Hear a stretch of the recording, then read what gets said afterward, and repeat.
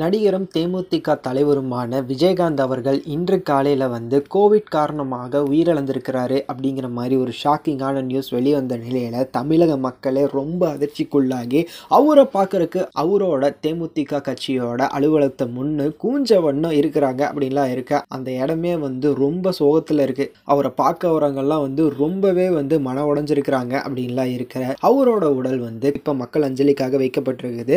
அவரோட உடலை நாளைக்கு 4:55 மணிக்கு, அதாவது நாளைக்கு ஈவினிங் 4:55 மணிக்கு கோயம்பேட்டில் தேமுதிக கட்சியின் அலுவலகத்தின் முன்னே விஜயகாந்த் உடல் நல்லடக்கம் செய்யப்படும் அப்படிங்கிற மாதிரி அறிவிச்சிருக்கிறாங்க. ஒரு லீடர் கேப்டன்னா எப்படி இருக்கணும் அப்படிங்கிறதுக்கு முன்னுதாரணமாக இருந்த விஜயகாந்த் காலமாயிட்டாரு அப்படிங்கிற இந்த செய்தி அவரோட குடும்பத்திற்கு எவ்வளோ பெரிய பாதிப்பு ஏற்படுத்தியிருக்கோ அதே மாதிரி தான் நம்மளுக்கும் பாதிப்பு ஏற்படுத்தியிருக்கு.